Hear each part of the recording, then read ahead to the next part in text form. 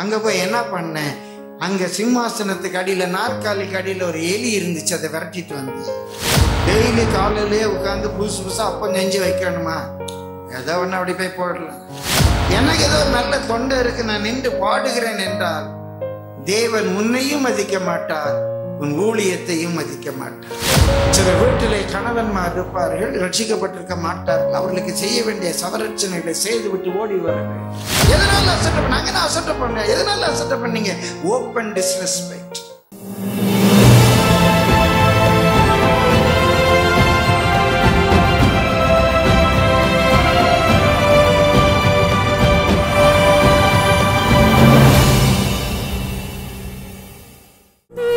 நடுவே தனித்துவான மாசமாயிருக்கிற உமது சுதந்திரமான மந்தையாகிய உம்முடைய ஜனத்தே உமது கோலினால் மே தொருளோம், உமது கோலினால் மே தொருளோம், உமது கோலினால் மே தருளோம், உமது கோலினால் மே தருளோம்.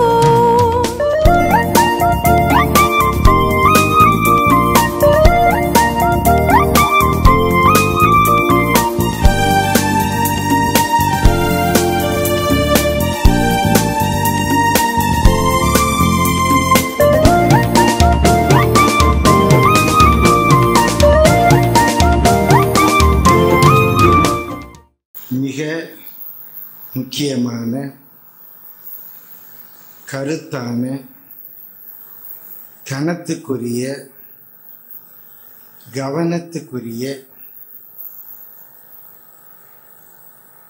கடைசி கால ஒரு பரிசுத்த வேத பகுதியை இன்றைக்கு ஜாக்கிரதையாக நாம் கவனிக்க போகிறோம். அவருடைய சமூகத்திலே நின்று அவருக்குள்ளாக ஜாக்கிரதையா இந்த வேத பகுதியை விளக்கி சொல்ல கர்த்தர் உதவி செய்ய வேண்டும். பிரியமானவர்களே, சரீர பலவீனத்தின் மத்தியிலேயும் நேற்றெல்லாம் தேவ சமூகத்திலே அமர்ந்து இந்த வேத பகுதியை தியானிக்க கர்த்தர் கிருபை செய்தார். மல்கியா 1ஆம் அதிகாரம் 5 முதல் 14 வசனங்களை வாசிக்க கேட்டோம். 5ஆம் வசனம் இப்படியாக சொல்லுகிறது, நீங்கள் கர்த்தர் இஸ்ரவேலுடைய எல்லை துவங்கி மகிமைப்படுத்தப்படுவார் என்பீர். 14ஆம் வசனத்திலே அவர் சொல்லுகிறார், நான் மகத்துவமான ராஜா, ஜாதிகளுக்குள்ளே என்னுடைய நாமம் பயங்கரமாயிருக்கும் என்று. மகத்துவமான ராஜா நம்முடைய எல்லை துவக்கி மகிமைப்படுவாராக. முன்னுரையாக 3 காரியங்களை உங்களுக்கு சொல்லி கடந்து போக விரும்புகிறேன். 1ஆம் அதிகாரம் 1ஆம் வசனம் வாசியுங்கள். மல்கியாவை கொண்டு கர்த்தர் இஸ்ரவேலுக்கு சொன்ன வார்த்தையின் பாரு. இந்த மல்கியா யார் என்று பார்ப்போமேயானால், அதற்கு முன்பாக எபிரேயத்திலே மல்கியா என்று பெயர் உடையவர்கள் யாரும் இருந்ததில்லை. மல்கியா என்ற சொல்லினுடைய பொதுவான பொருள் கர்த்தருடைய தூதன், செய்தியாளன், messenger of the lord or angel of the lord. குறிப்பாக இந்த இடத்திலே மல்கியா என்பது என்னுடைய தூதன், என்னுடைய செய்தியாளன். பிரியமானவர்களே, இங்கே மல்கியாவை கொண்டு, என் தூதனை கொண்டு என்று அந்த தீர்க்க தரிசன நூல் தொடங்குகிறபடியினாலே சிலர் ஏதோ ஒரு ஆள் அல்ல, ஒரு தேவ தூதனை கொண்டே தேவன் இஸ்ரவேல் ஜனத்துக்கு பேசினார் என்றும் சொல்லுகிறார். இப்போது நாம் அந்த சர்ச்சைக்குள்ளாக கடந்து போக வேண்டும். ஒரு இறை தூதன் இந்த வார்த்தைகளை அனுப்பியிருக்கு. சாதாரண தீர்க்கதரிசிகள் கூட இறை தூதர்கள் என்று அழைக்கப்பட்டிருக்கிறார். ஆகாய், ஏசாயா போன்ற தீர்க்க தரிசன நூல்களில் அந்த சொற்களை நாம் பார்க்கிறோம். இங்கே 2ஆம் அதிகாரம் 7ஆம் வசனம் சொல்லுகிறது. 2ஆம் அதிகாரம் 7ஆம் வசனம், ஆசாரியனுடைய உதடுகள் அறிவை காக்க வேண்டும், வேதத்தை அவன் வாயிலை தேடுவார்களே, அவன் சேனைகளுடைய கர்த்தரின் தூதன். அவன் சேனைகளின் கர்த்தரின் தூதன். அப்போ ஒரு ஆசாரியன் சேனைகளின் கர்த்தரின் தூதன். புதிய ஏற்பாட்டிலே கர்த்தருடைய ஊழியக்காரர்கள் கர்த்தருடைய தூதர்கள் என்று அழைக்கப்பட்டிருக்கிறார். வெளிப்படுத்தின விசேஷத்திலே 7 சபைகளின் தூதர்களை இயேசு தம்முடைய வலது கரத்திலே ஏந்தி கொண்டிருக்கிறார் என்று நாம் பார்க்கிறோம். 3ஆம் அதிகாரம் 1ஆம் வசனத்திலும் கூட மல்கியாவில் இப்படியாக வாசிக்கிறோம். இதோ நான் என் தூதனை அனுப்புகிறேன், நான் என் தூதனை அனுப்புகிறேன், அவன் எனக்கு முன்பாக போய். அங்கே மூல பாஷையில் எபிரேய பாஷையில் இதோ மல்கியாவை அனுப்புகிறேன் என்று இருக்கு. இதோ மல்கியாவை அனுப்புகிறேன், அவன் எனக்கு முன்பாக போய் வழியை ஆயத்தம் பண்ணுவான். பிரியமானவர்களே, யோவான் ஸ்நானகனை பற்றி ஒரு தீர்க்க தரிசனம். அப்ப யோவான் ஸ்நானகனும் கர்த்தருடைய ஒரு தூதன். கர்த்தருடைய தூதன் கர்த்தருக்கு முன்பாக போய் கர்த்தருக்கு வழியை ஆயத்தம் பண்ணுகிறார். கர்த்தருடைய பரிசுத்த நாமத்துக்கு மகிமை உண்டாவதாக. பிரியமானவர்களே, இந்த மல்கியாவுடைய பெற்றோர் பெயரோ ஊர் பெயரோ அவர் வாழ்ந்த காலமோ இங்கே நேரடியாக சொல்லப்படாவிட்டாலும் பழைய ஏற்பாட்டு தீர்க்க தரிசன புத்தகங்களிலே கடைசி புத்தகமாக இது வைக்கப்பட்டிருக்கு. அதற்கு பிறகு ஒரு 200 ஆண்டுகளுக்குள்ளாக தீர்க்க தரிசனம் இல்லை. கர்த்தருடைய தூதனானவர் வருகிறார். இயேசுவும் கர்த்தருடைய தூதன் என்று அழைக்கப்படுகிறார். பிரியமானவர்களே, கர்த்தருடைய பரிசுத்த நாமத்துக்கு மகிமை உண்டாவது. இந்த தீர்க்க தரிசன புத்தகத்தினுடைய பின்னணியை நீங்கள் அறிந்திருக்க வேண்டும். பிரியமானவர்களே, தானியேல், சாத்ராக், மேஷாக், ஆபேத்நேகோ, எரேமியா போன்ற தீர்க்க தரிசிகளுடைய காலத்தில் யூத ஜனங்கள் பாபிலோனுக்கு சிறைப்பட்டு போகிறார். அதற்கு முன்பாகவே இஸ்ரவேலின் 10 கோத்திரங்கள் அசிரியாவுக்கு சிறைப்பட்டு போய்விட்டார். தீர்க்க தரிசனத்தின் நிறைவேறுதலாக 70 ஆண்டுகள் கழித்து பெர்ஷியனாகிய கோரேசுடைய நாட்களிலே ஜெருபாபேலுடைய தலைமையிலே யோசுவா பிரதான ஆசாரியனாக இருக்கும்போது எருசலேம் தேவாலயத்தை திரும்ப எடுப்பித்து கட்டுவதற்கான கட்டளையை பெற்றுக்கொண்டு எருசலேமுக்கு வருகிறார். எருசலேம் தேசம் திறந்து கிடக்கு. எருசலேம் தேசத்திலே தேவாலயத்தை கட்டுவதற்கு பதிலாக அவனவன் தனக்கு மச்சு பாவப்பட்ட வீடுகளை கட்ட ஆரம்பித்து விட்டான். அந்த பணியினை தலைமை தேற்று வந்த ஜெருபாபேலுக்கு செய்வது என்ன என்று தெரியவில்லை. அவனுடைய பணி அவனுக்கு முன்பாக பெரிய மலை போல இருக்கிறது. அவன் மலைத்து நிலை குலைந்து நிற்கிறான். மலைத்து போய் மலையை கண்டு நிலை குலைந்து நிற்கிறான் ஜெருபாபேல். யோசுவாவுக்கு சரியான ஒரு ஆசாரிய வஸ்திரம் கூட அப்போது கிடையாது. ஒரு பக்கம் சாத்தான் யோசுவாவை குற்றம் சாட்டி கொண்டிருக்கிறான். ஆலய பணி செய்வதற்கு அவர்கள் இன்னும் ஆயத்தமாகவில்லை.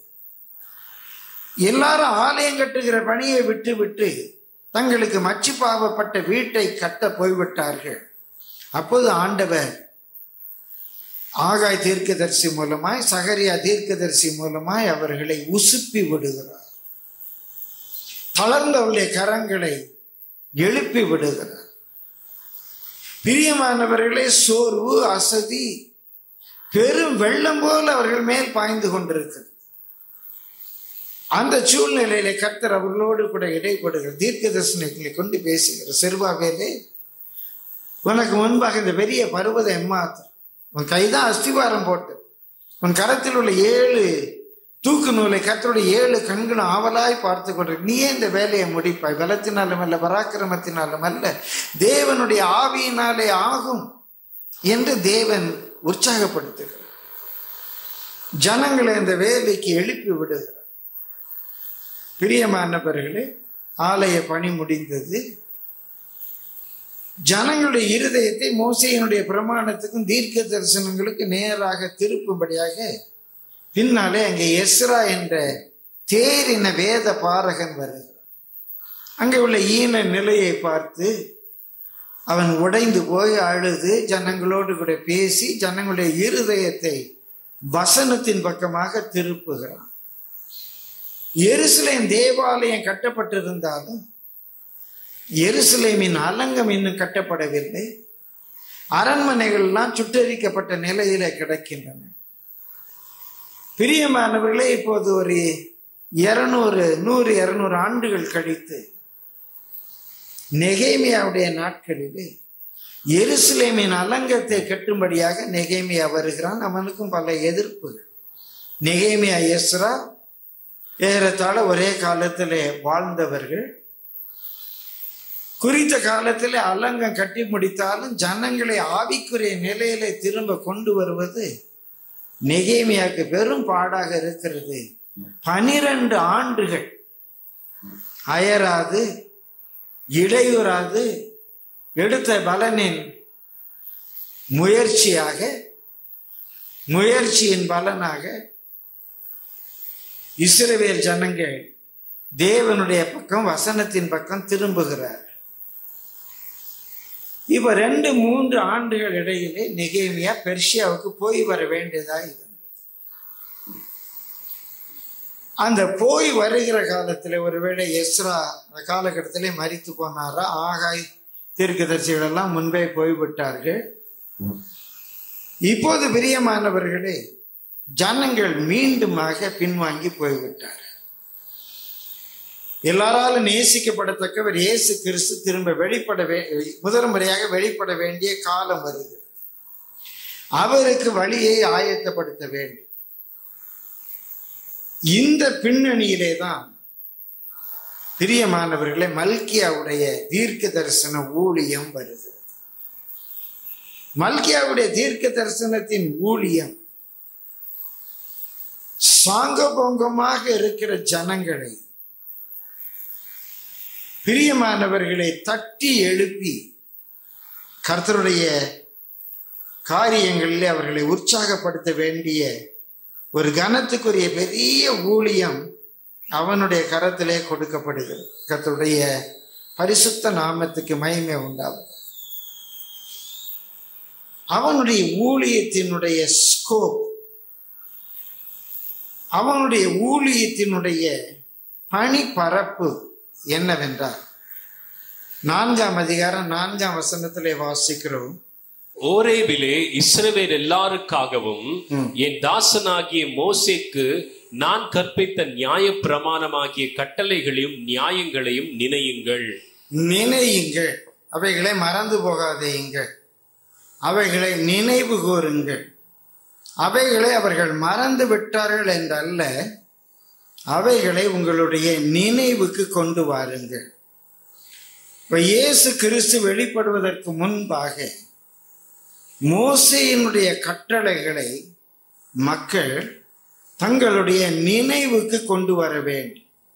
அது மாத்திரமல்ல, 5ஆம் வசனத்திலே வாசிக்கிறோம், இதோ கர்த்தருடைய பெரிதும் பயங்கரமுமான நாள் வருகிறதற்கு முன்னே நான் உங்களிடத்திற்கு எலியா தீர்க்கதரிசியை அனுப்புகிறேன். நான் உங்களுக்கு எலியா தீர்க்கதரிசியை அனுப்புகிறேன். பிரியமானவர்களே, இயேசு கிறிஸ்து வருவதற்கு முன்பாக வழியை ஆயத்தம் பண்ணுவதற்கு ஒரு எலியா தீர்க்கதரிசி வர வேண்டும்.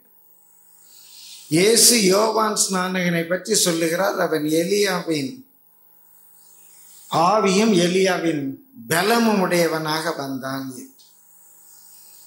கர்த்தருக்கு வழியை ஆயத்தப்படுத்த பள்ளங்கள் எல்லாம் நிரப்பப்பட, மேடுகள் எல்லாம் தகர்க்கப்பட, கோணலானவைகள் சமமாக நேராக, கரடு முரடானவைகள் சமமாக கர்த்தருக்கு வழியை ஆயத்தப்படுத்த ஒரு கர்த்தருடைய தூதன் தேவை, ஒரு தீர்க்கதரிசி தேவை, ஒரு ஆசாரியன் தேவை, ஒரு எலியா தேவை. இஸ்ரவேலிலே தேவன் உண்டு என்று நிரூபிப்பதற்கு, வானத்திலிருந்து அக்கினியை இறக்குவதற்கு, ஆகாபுக்கு முன்பாக போய் நின்று கர்த்தருடைய வார்த்தையை தைரியமாய் சொல்லுவதற்கு ஒரு எலியா தீர்க்கதரிசி தேவைப்படுது. பிரியமானவர்களே, அங்கே அவர் மோசையை பற்றி சொல்லுகிறார், தொடர்ந்து எலியாவை பற்றி சொல்லுகிறார். வாசியுங்க 6ஆம் வசனம்.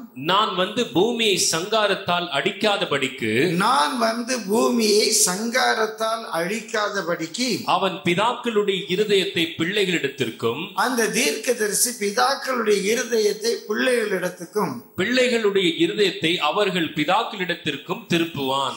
பிதாக்களுடைய பிள்ளைகளுடைய இருதயத்தை பிதாக்களிடத்துக்கும் திருப்புவான். ஒரு தீர்க்கதரிசியினுடைய வேலை நம்முடைய இருதயங்களை தேவனிடத்துக்கு திருப்புகிற வேலை. பிரியமானவர்களே, இந்த வார்த்தைகளோடு தான் பழைய ஏற்பாடு முடிகிறது. பழைய ஏற்பாடு முடிகிறது என்பதை காட்டிலும் இயேசு கிறிஸ்துவனுடைய வருகைக்கு இந்த வார்த்தைகளை கொண்டு அவர் ஆயத்தப்படுத்துகிறார். அதோடு சில ஆண்டுகள் தீர்க்க தரிசனம் இல்லாமல் போய்விடுது. கர்த்தருடைய பரிசுத்த நாமத்துக்கு மகிமை உண்டாகும்.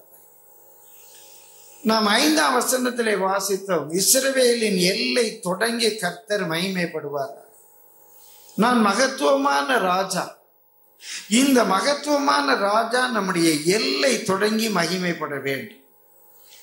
இந்த தேவன் நம்முடைய எல்லை தொடங்கி, நம்முடைய குடும்பம், நம்முடைய சபை, நம்முடைய வீடு, நமக்கு ஆர்வமான காரியம், நாம் கையிட்டு செய்கிற கிரியை, நம்முடைய எல்லைகளிலே இந்த தேவன், இந்த இறைவன் மகிமைப்படுத்தப்பட வேண்டும். உம்முடைய நாமம் மகிமைப்படுவதாக. பரலோக பிதாவினுடைய நாமம் நம்முடைய எல்லை எங்கிலும் மகிமைப்படுத்தப்பட வேண்டும். கர்த்தருடைய பரிசுத்த நாமத்துக்கு மகிமை உண்டாவதாக. நாம் வாசித்த இந்த பகுதி 6ஆம் வசனத்திலிருந்து 14ஆம் வசனத்துக்குள்ளாக நம்முடைய எல்லை தொடங்கி தேவன் எப்படி மகிமைப்படுத்த முடியும் என்பதற்காக 7 குறிப்புகளை நான் உங்களோடு கூட பகிர்ந்து கொள்ள விரும்புகிறேன். முதலாவதாக, பிரியமானவர்களை, கர்த்தருடைய பரிசுத்த நாமத்துக்கு மகிமை உண்டாவதாக 6ஆம் வசனம் வாசியுங்கள். குமாரன் தன் பிதாவையும் ஊழியக்காரன் தன் எஜமானையும் கனம் பண்ணுகிறார்களே, நான் பிதாவானால் என் கனம் எங்கே? நான் பிதாவானால் என்னுடைய கனம் எங்கே? ஒருவரை எப்படி கனப்படுத்துவது? நாம் அவருடைய பிள்ளைகளானால், அவர் நம்முடைய பிதாவானால், நாம் அவரை எப்படி கனப்படுத்துவது? இந்த கனப்படுத்துவது எப்படி என்பதை, பிரியமானவர்களே, ஒரு சில மணி நேரங்கள் தேவ சமூகத்தில் உட்கார்ந்து கனப்படுத்துகிறது என்றால் என்ன என்று தியானித்துக் கொண்டிருந்தேன், அலசி பார்த்து கொண்டிருந்தேன். ஒரு ஆளை கனப்படுத்துகிறது என்று சொன்னால், having great respect, regard and esteem and showing an outward sign of this. கனப்படுத்துகிறது என்றால் ஒருவரை குறித்த, இல்லாவிட்டால் ஒரு காரியத்தை குறித்த மரியாதை, மதிப்பு, உயர்வான எண்ணம் நம்முடைய மனதில் இருப்பது மாத்திரமல்ல, அதை ஒரு வெளியரங்கமான அடையாளத்தினாலே காண்பிப்பது. என்னுடைய தேசத்தை கனப்படுத்துகிறேன், தேச பிதாவை கனப்படுத்துகிறேன், என் தேசத்தினுடைய தலைவர்களை கனப்படுத்துகிறேன், தேச கொடியை கனப்படுத்துகிறேன், என்னுடைய பெற்றோரை கனப்படுத்துகிறேன், என் தாயை தந்தையை கனப்படுத்துகிறேன் என்றால் அவர்களை குறித்த ஒரு மதிப்பு, மரியாதை, உயர்வான எண்ணம் என்னுடைய உள்ளத்திலே இருப்பது மாத்திரமல்ல, அது கனப்படுத்துவதல்ல. உயர்வான எண்ணம் இருக்கலாம், மரியாதை இருக்கலாம், மதிப்பு இருக்கலாம், அது கனப்படுத்துவதல்ல. கனப்படுத்துவதென்றால் அதை ஒரு வெளியரங்கமான அடையாளத்தினாலே காண்பிப்பது. அவர் கேட்கிறார், நான் பிதாவானால் எனக்குரிய கனம் எங்கே என்று கேட்கிறார். பிரியமானவர்களே, தேவன் மேல் உங்களுக்கு ஒரு மரியாதை இருக்கலாம், மதிப்பு இருக்கலாம், தேவனை பற்றிய உயர்வான எண்ணம் இருக்கலாம், அவர் பயபக்திக்கு உரியவர் என்று நீங்கள் நினைக்கலாம். அது கனப்படுத்துவதல்ல. தேவனை கனப்படுத்துவது என்றால் வெளியரங்கமான ஒரு அடையாளத்தினாலே அதை காண்பிப்பது. நான் தேவனை கனப்படுத்துகிறேன். பிரியமானவர்களே, ஒரு ஆழமான காரியத்தை சொல்லுகிறேன். உள்ளே மரியாதை, மதிப்பு, உயர்வான எண்ணம் இல்லாமல் கூட வெளியரங்கமாக ஒருவரை கனப்படுத்தலாம். ஆமான் அப்படி மொர்தெக்காயை கனப்படுத்த வேண்டிய சூழ்நிலை வந்து கனப்படுத்தினார். உள்ளே ஒருவேளை மொர்தெக்காயை பற்றி அவனுக்கு உயர்வான எண்ணம் இல்லாமல் இருக்கலாம். அப்ப கனப்படுத்துகிறதுல முக்கியமான பங்கு வெளியரங்கமான அடையாளம். எனக்கு உள்ளே தேவன் மேலே மதிப்பு இருக்கிறது, மரியாதை இருக்கிறது என்பதல்ல. அதை உனக்கு காண்பிக்க தெரியாவிட்டால் நீ தேவனை கனப்படுத்தவில்லை.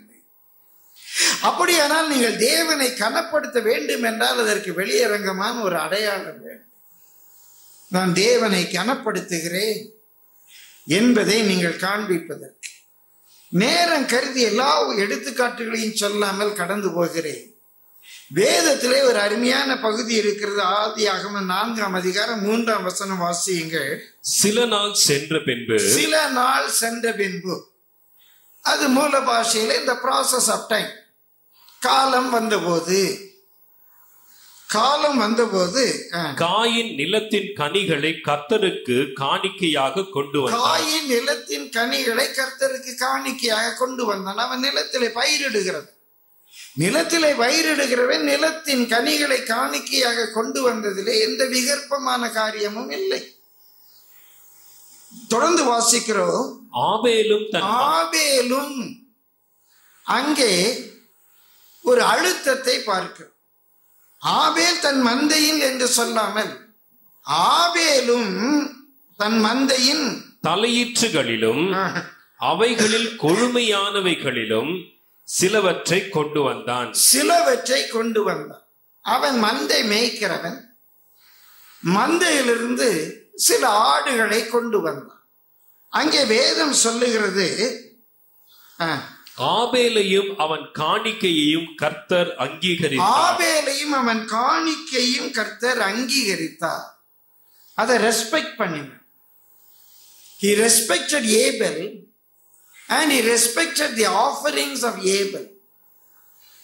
சிலர் தவறாக சொல்லுவார்கள், காயின் வெறும் கனிகளை கொண்டு வந்தான், ஆபேலோ ஒரு ஆட்டை கொண்டு வந்து ரத்தம் சிந்தி பலியிட்டான், அதனாலே தேவன் அதை அங்கீகரித்தார். ஏதோ தேவனுக்கு அசைவ உணவு தான் பிடிக்கும், சைவ உணவு பிடிக்காது. தேவனுடைய காணிக்கையில எப்போது ரத்தம் சிந்துதல் இருக்க வேண்டும் என்று அது அறியாமை. பிரியமானவர்கள், அங்கே சைவம் அசைவம் என்பதல்ல. காயின் நிலத்தை பயிரிடுகிறவன் நிலத்திலிருந்து கனிகளை கொண்டு வந்தான். ஆபேல் மந்தையை மேய்க்கிறவன் மந்தையிலிருந்து ஆடுகளை கொண்டு வந்தான்.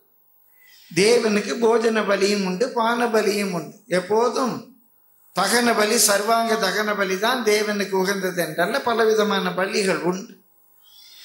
இங்கே இந்த 2 காணிக்கைகளையும் சற்று கூர்ந்து வாசிப்போமேயானால் 2 காணிக்கைகளுக்கு ஒரு வித்தியாசம் இருக்கு. காயின் நிலத்திலிருந்து ஏதோ கனிகளை கொண்டு வந்தான். ஆபேலும் தன்னுடைய மந்தையிலிருந்து சில ஆட்டுக்குட்டிகளை கொண்டு வந்திருக்கலாம். ஆனால் அதற்கு முன்பாக ஆபேல் ஒரு சில காரியங்களை செய்திருக்கிறான். அது வேதத்திலே நமக்காக, எனக்காக, உங்களுக்காக பதிவு செய்யப்பட்டிருக்கிறது. ஆபேல் என்ன செய்கிறான்? மந்தைக்குள்ளே போகிறான், தலையீற்றை எல்லாம் பிரித்து வைக்கிறான். காயின் அதை செய்யவில்லை. முதற் பலனை எல்லாம் அவன் தனியாக எடுத்து வைக்கவில்லை.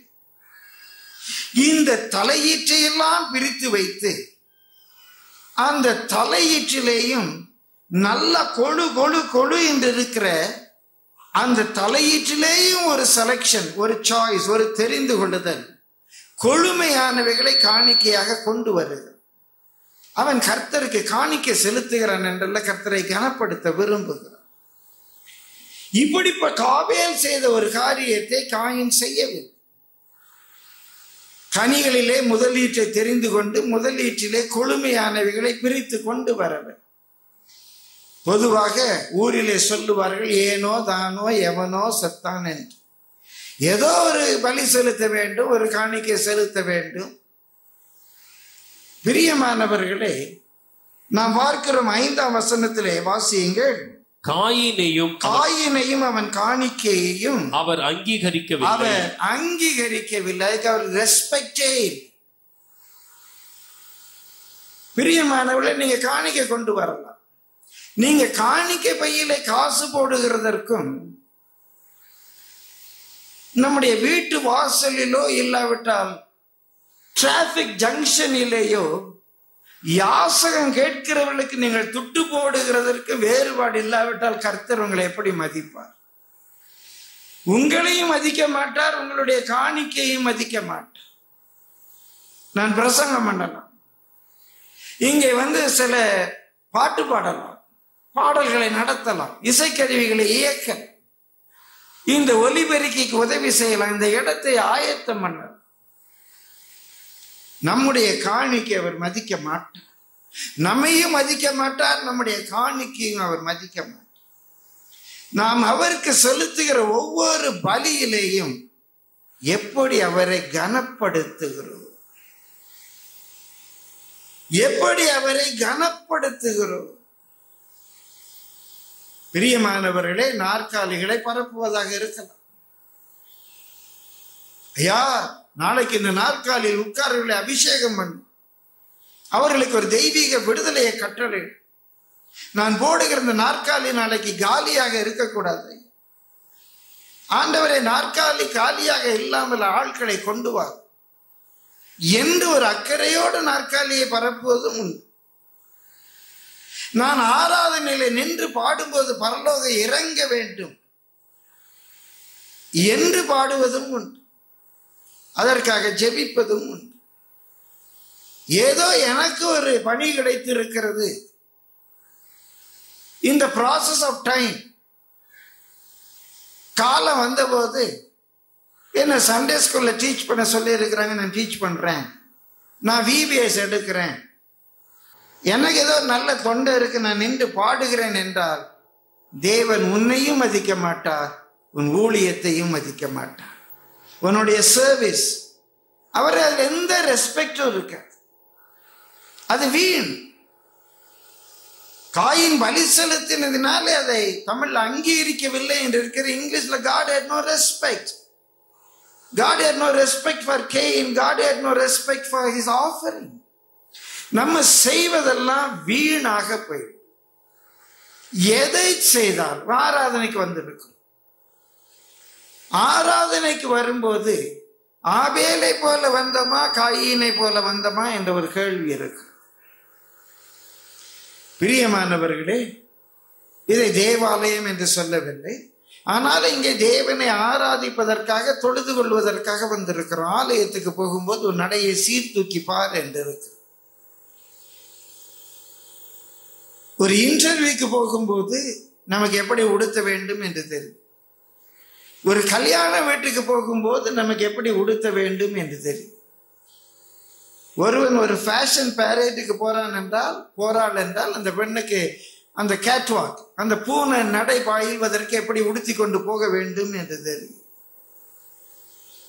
இன்னைக்கு நான் ஆலயத்துக்கு போகிறேனே, நான் எப்படி உடுத்த வேண்டும் என்று யோசித்தோமா? என் தேவனை தொழுது கொள்வதற்கு என் நடை எப்படி இருக்க வேண்டும் என்று நான் கொஞ்சம் சீர்தூக்கி பார்த்தேன். ஆபேலை போல் அதற்கு நான் 5 நிமிடம் செலவழித்திருப்பேன். ஏதோ வீட்டில் ஒரு பழைய பேண்ட்ஸ் கிடக்குது, சாயம் போன பேண்ட்ஸ், ஜீன்ஸுங்கிறாங்க. அது வாங்கின அன்னைக்கு துவைத்தது கலற்று கிளியிற வரைக்கும் துவைச்சிருக்க மாட்டாங்க. ஒரு இன்டர்வியூக்கு போகும்போது ஒன்னால அதை போட்டு போக முடியுதா? ஒரு தேவ சமூகத்துக்கு வரும்போது எப்படி அப்படி உடுத்த தோன்றுகிறது? நம்ம மனநிலை.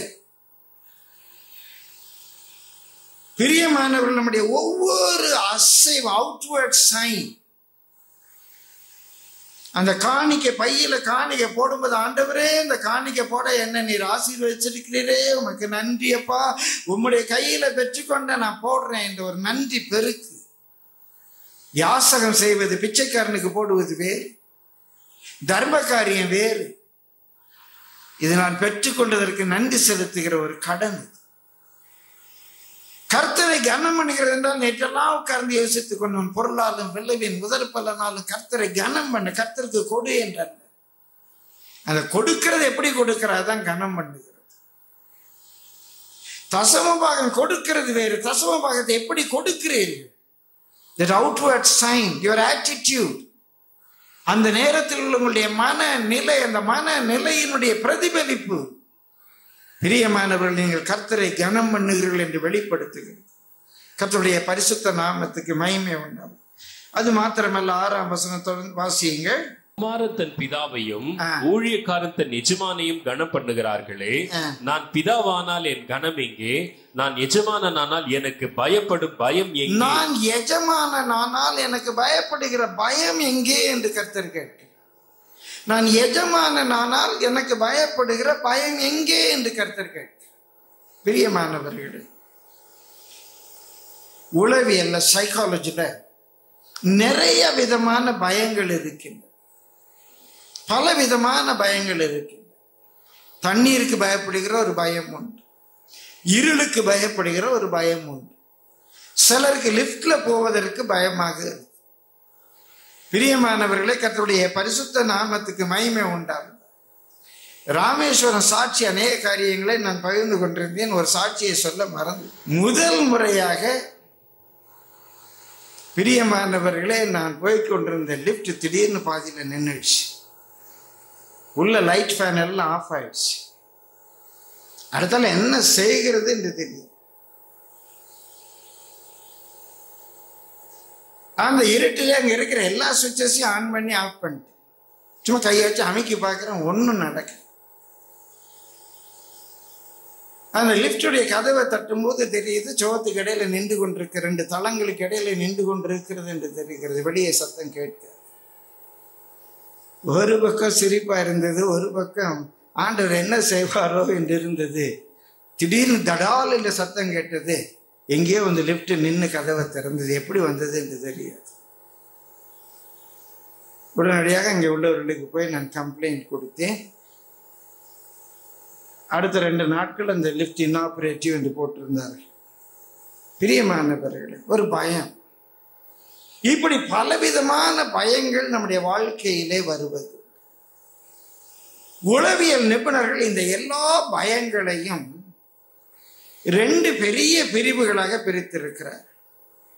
ஒன்று தண்டனைக்கு பயப்படுதல், இன்னொன்று தப்பிதத்திற்கு பயப்படுதல். குறித்துக் கொள்ளுங்கள். நம்முடைய எல்லா பயங்களுமே இதனால என்ன தண்டனை கிடைக்கும், இதனால எனக்கு வரப்போற விளைவு என்ன, எஃபெக்ட் என்ன, அதை குறித்த ஒரு பயம். இதனுடைய விளைவு எப்படியா இருக்குமோ, எனக்கு என்ன தண்டனை கிடைக்குமோ என்று தண்டனைக்காக பயப்படுது. இன்னொரு பயம் இருக்கிறது, தண்டனையை பற்றி அல்ல, அந்த தப்பிதமே வந்துவிடக்கூடாது, அது தவறாய் போய்விடக்கூடாது என்ற பயம். அதனால நம்ம யாரும் தண்டித்து விட மாட்டார். பரீட்சையிலே ஃபெயில் ஆகிவிடக்கூடாது, ஃபெயிலானா அம்மா திட்டுவாங்க, அப்பா அடிப்பாங்க, ஒரே அவமானமா போயிடும் என்று அந்த விளைவுக்காக பயப்படுகிற ஒரு பயம் இருக்கு. ஐயோ நான் ஃபெயில் ஆயிடக்கூடாது. இன்னொன்று, நான் ஃபெயில் ஆகக்கூடாது,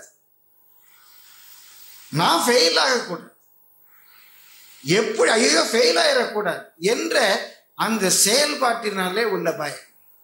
ஆங்கிலத்தில் பெர்ஃபெக்ஷனிஸ்ட் என்று சொல்லுவார்.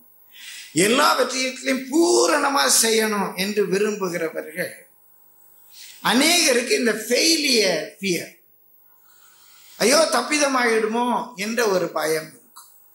பிரியமானவர்களே, நம்ம பிந்தி போனா ஃப்ளைட் போயிடும், போர்டிங் பாஸ் கிடைக்காது.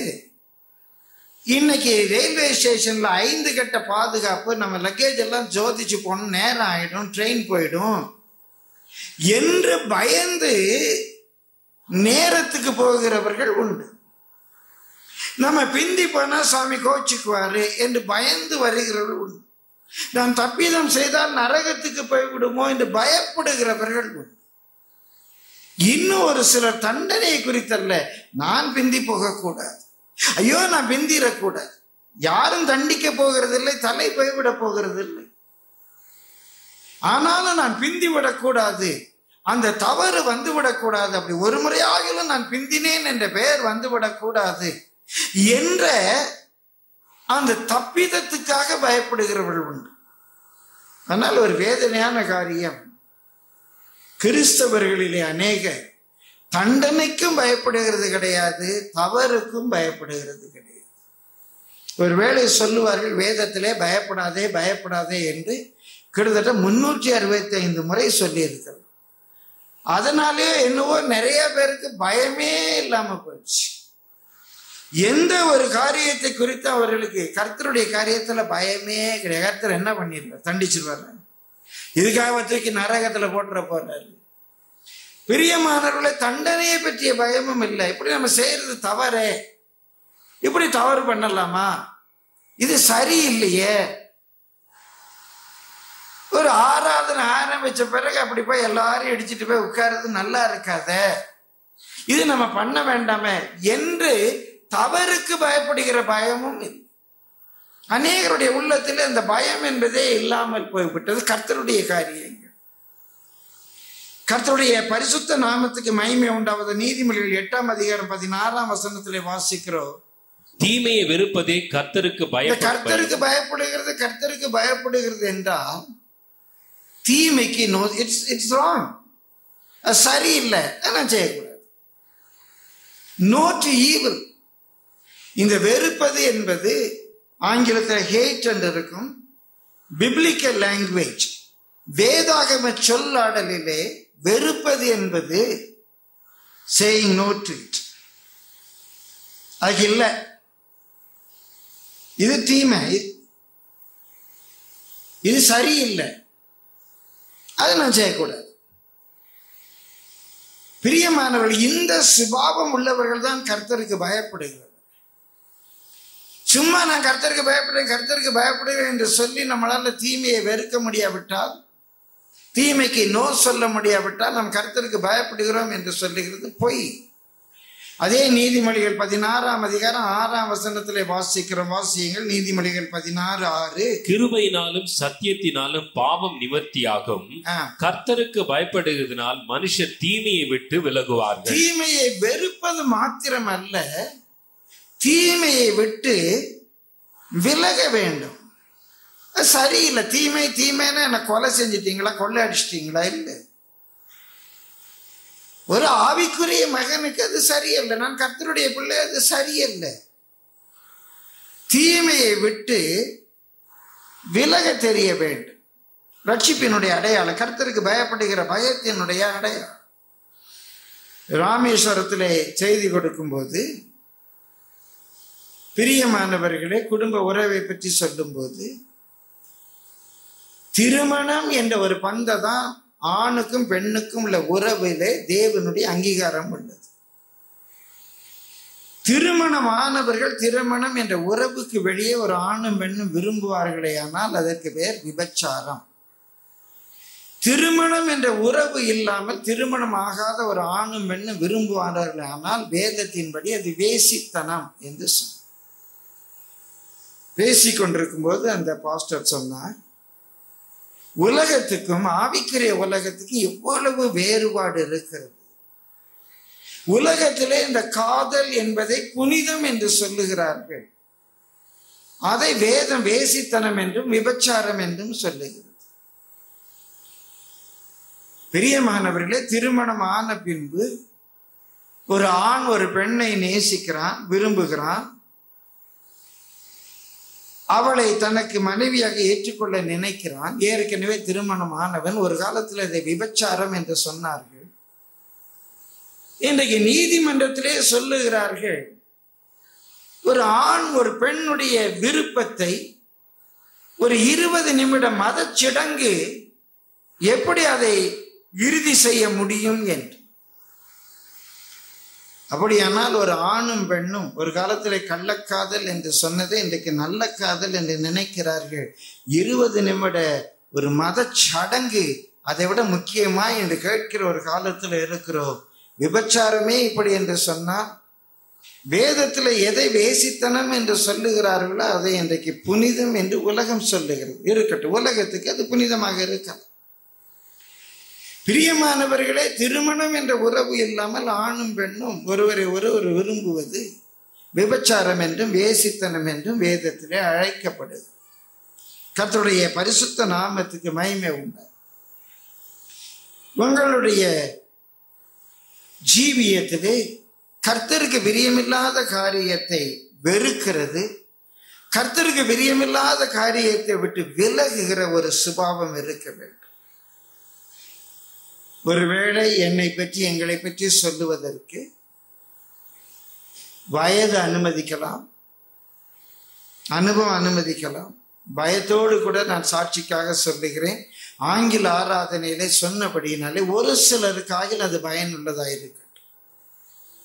நானும் உங்களுடைய பாஸ்டர்மாவும் ஒரே சபையிலே இருந்தவர், ஒரே சண்டே ஸ்கூல்ல ஒன்றாய் பணியாற்றியவர். சண்டே ஸ்கூல்ல ஒவ்வொரு வாரமும் சிறப்பு ஆசிரியராக போய் அந்த தியான வேளையில சிறப்பு பாடம் நான் எடுத்தேன். ஒரே VBSல இருந்திருக்கும், ஒரே VBS ரிட்ரீட்டுக்கு போயிருக்கும். அன்றைக்கு 40-50 பேர் இருந்திருக்கும். பிரியமானவர்களே, நாங்கள் பேசினது கிடையாது. அவருடைய பெயர் கூட எனக்கு தெரியாது. எனக்கு 25 வயது, அவர்களுக்கு 23 வயது. அப்போது எனக்கு 24 இருந்திருக்கும், அவர்களுக்கு 22 இருந்திருக்கும்.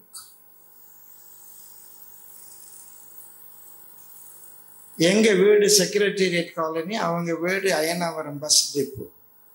திருமணமாகி 3வது நாள் தான் எனக்கு அவருடைய வீடு தெரியும்.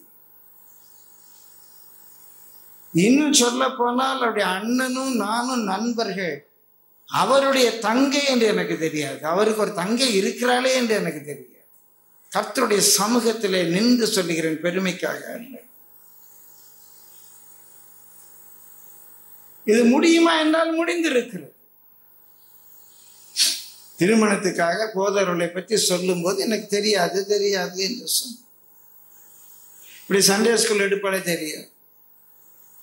ஜேம்ஸுடைய தங்கச்சி தெரியாது, பொய் சொல். அந்த வாலிப நாட்களிலே ஏதோ நான் ஒரு முற்றும் துறந்த முனிவனும் அல்ல, பிரியமான துறவியும் அல்ல.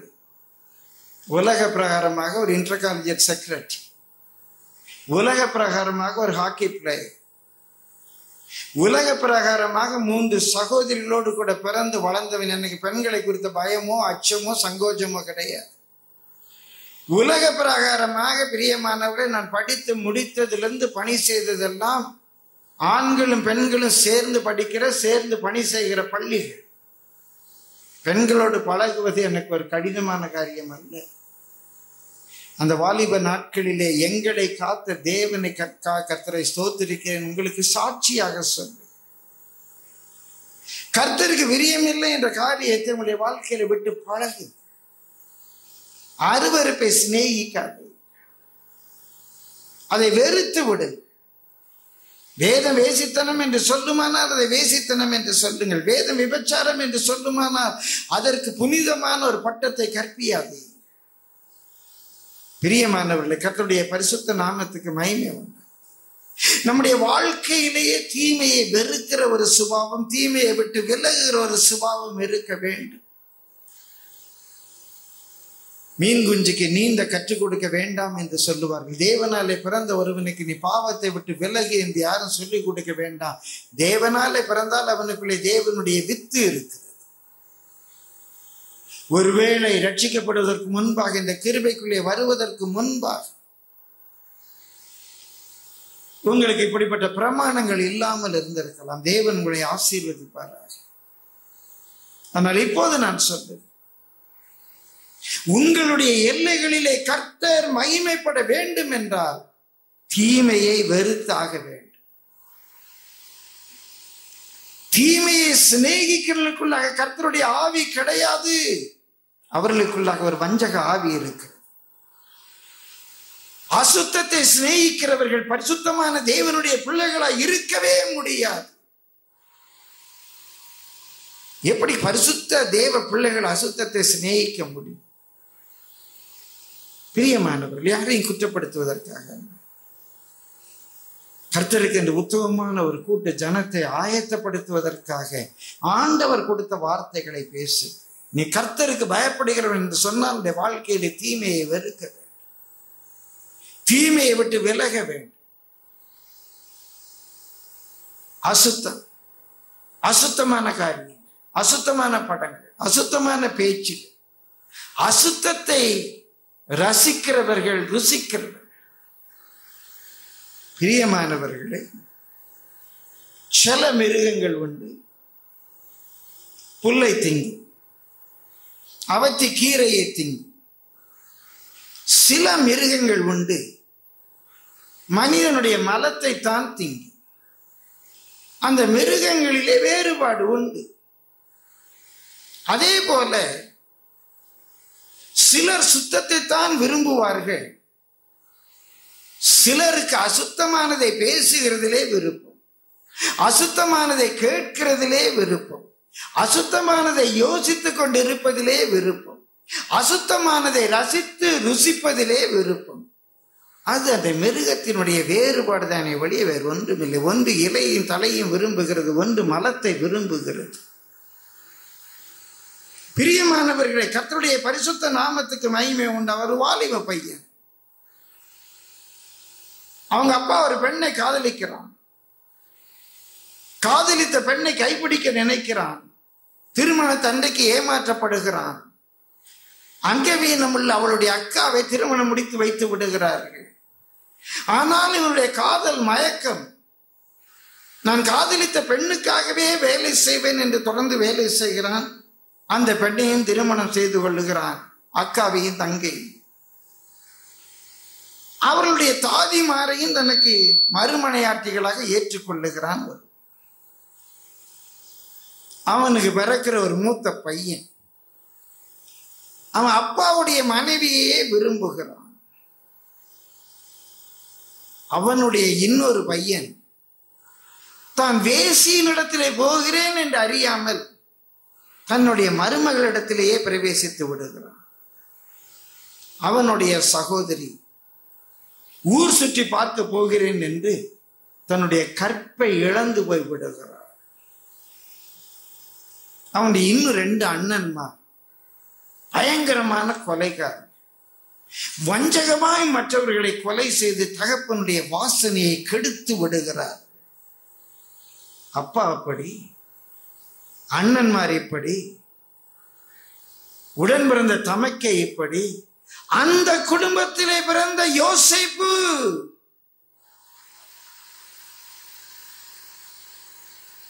பிரியமானவர்களே, பாவம் அவனை தேடி வருகிறது. தண்டனைக்கு அவன் பயப்படல.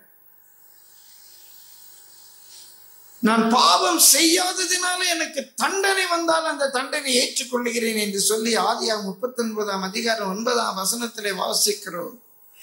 தேவனுக்கு விரோதமாக இவ்வளவு பெரிய பாவத்தை நான் எப்படி செய்வேன் என்று அந்த பாவம் தேடி வந்த போது விலகி ஓடினானே, அவன் கனிதரும் திராட்சை கொடி என்று சொல்லப்பட்டிருக்கு. அவன் கனிதரும் திராட்சை செடி என்று சொல்லப்பட்டிருக்கிறது. வானத்தின் ஆசீர்வாதத்தினாலும் பூமியின் ஆசீர்வாதத்தினால் அவன் ஆசீர்வதிக்கப்படும். உன் வீடு எப்படி இருக்கட்டும், நீ போகிற சபை எப்படி இருக்கட்டும், நீ வேலை பார்க்கிற இடம் எப்படி இருக்கட்டும், நீ கர்த்தருக்கு பயப்படுகிறவனானால் உன் பக்கத்திலே 1000 பேர், உன் 14 உன் வலதுபுறத்திலே 14,000 பேர் விழுந்தால் அது உன்னை அணுகாது. உன் அப்பாவுக்கு பலவீனம் இருந்திருக்கலாம், அம்மா அப்படி இருந்திருக்கலாம், அம்மா விக்கிரக ஆராதனைக்காரியாக இருந்திருக்கலாம், அண்ணன்மார் எப்படி எப்படியோ இருந்திருக்கலாம், யாரும் பார்க்கல. இவன் பாவத்தை தேடி போகவில்லை, பாவம் தேடி வருகிறது. ஆதியாகமம் 39ஆம் அதிகாரம் 9ஆம் வசனத்துல யோசேப்பு கதறுகிறான், கர்த்தருக்கு விரோதமாக நான் இப்படி பெரிய பாவத்தை எப்படி செய்வேன்? கர்த்தருக்கு விரோதமாக நான் பாவத்தை எப்படி செய்வேன்? பிரியமானவர்கள், கர்த்தருடைய பரிசுத்த நாமத்துக்கு மகிமை உண்டு. யாராயிர வேதனையோட என்ன எங்களை போய் மலந்திங்கிற மிருகம் என்று சொல்லிவிட்டீர்களா என்றால், தயவு செய்து நான் சொல்லுகிறேன், மன்னித்துக் கொள்ளுங்கள், நான் உங்களை சொல்லவில்லை, அசுத்தத்தை விரும்புகிறவர்களை மாத்திரம் சொன்னேன். நான் உங்களை சொல்லவில்லை, அசுத்தத்தை ரசித்து ருசிக்கிற பிள்ளைகளை சொல்லுகிறேன். அசுத்தம்தான் தங்களுடைய ஜீவன் என்று இருக்கிற மிருகங்களை சொல்லுகிறேன், உங்களை சொல்லவில்லை. சுத்தத்தை விரும்புகிறவர்களை சொல்லவில்லை. பிரியமானவர்களே, புல்லையும் இலைதலைகளையும் தின்று கொண்டிருக்கிற ஆட்டுக்குட்டிகளை சொல்லவில்லை.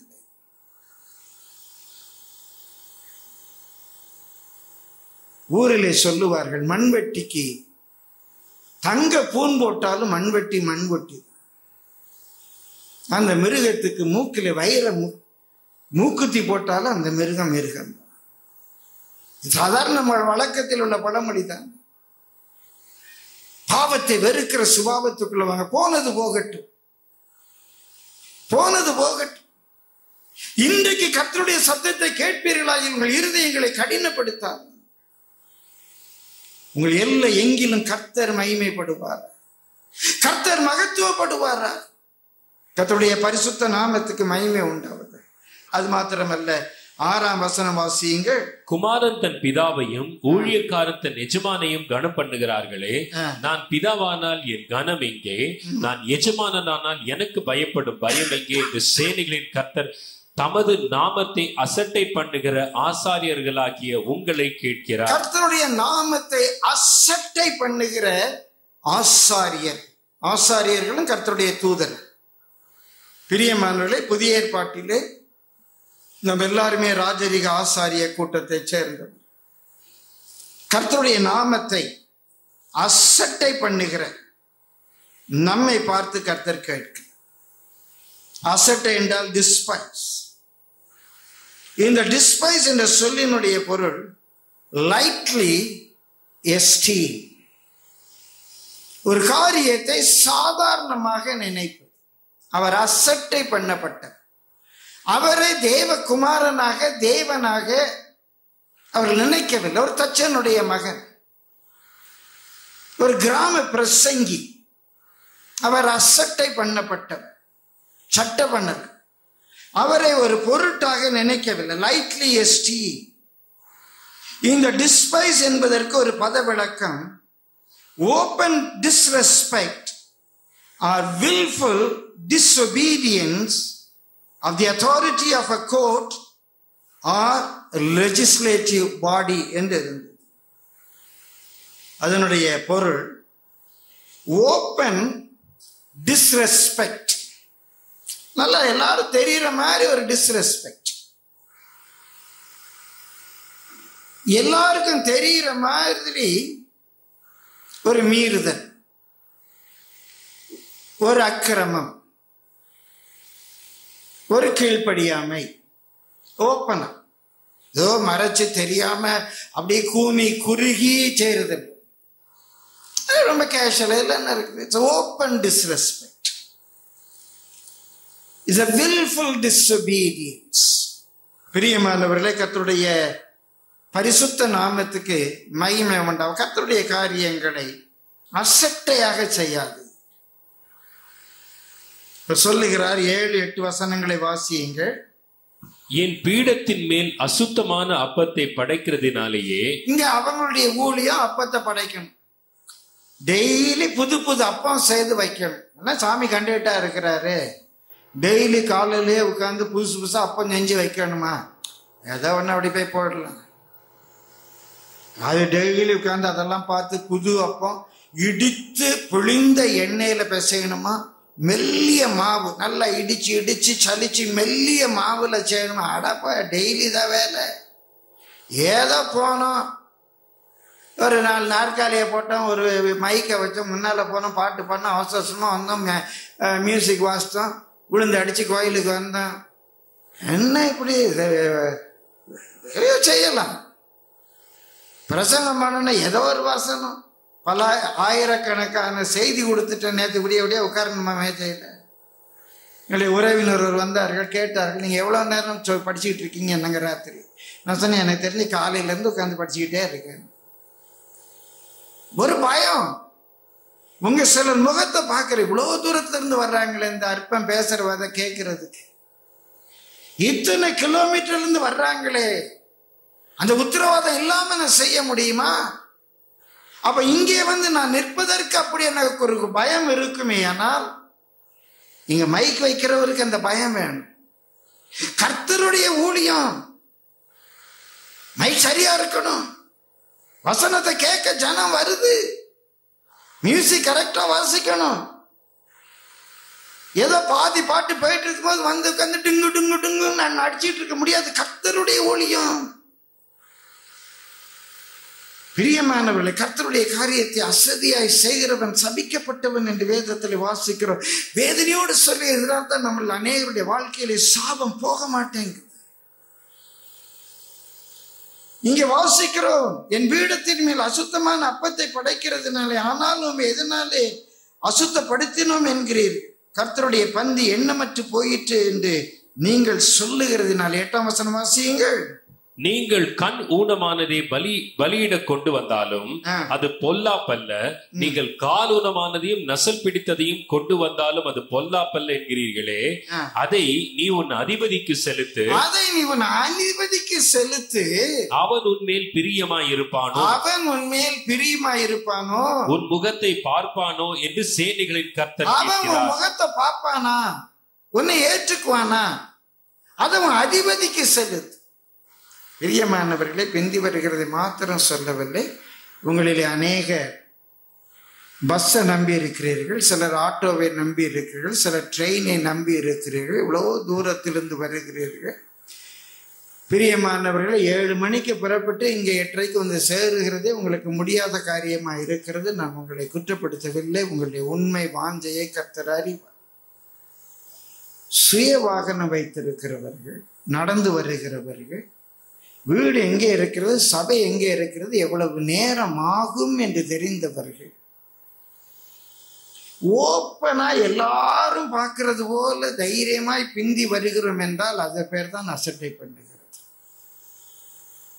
Open disrespect, open disobedience.